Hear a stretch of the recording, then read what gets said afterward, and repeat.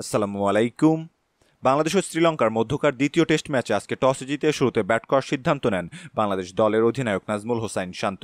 টসে জিতে ব্যাট করতে নেমে অবশ্য ভালো করতে পারেনি বাংলাদেশ। প্রথম দিনটা নিজেদের করে নিয়েছে লঙ্কানরা। বাংলাদেশ ৮ উইকেট হারিয়ে ২২০ রান সংগ্রহ করেছে ৭১ ওভারে।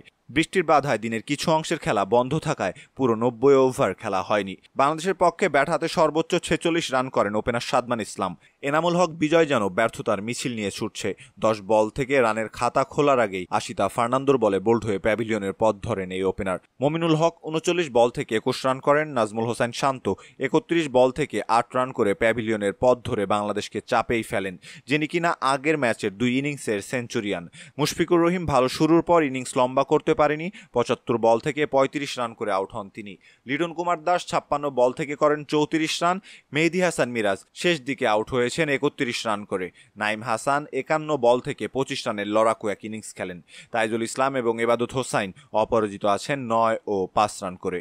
সম্মানিত দর্শক, শ্রীলঙ্কার পক্ষে বল হাতে ২টি করে উইকেট শিকার করেন আশিতা ফার্নান্দো, বিশ্ব ফার্নান্দো এবং সোনাল দিনুশা।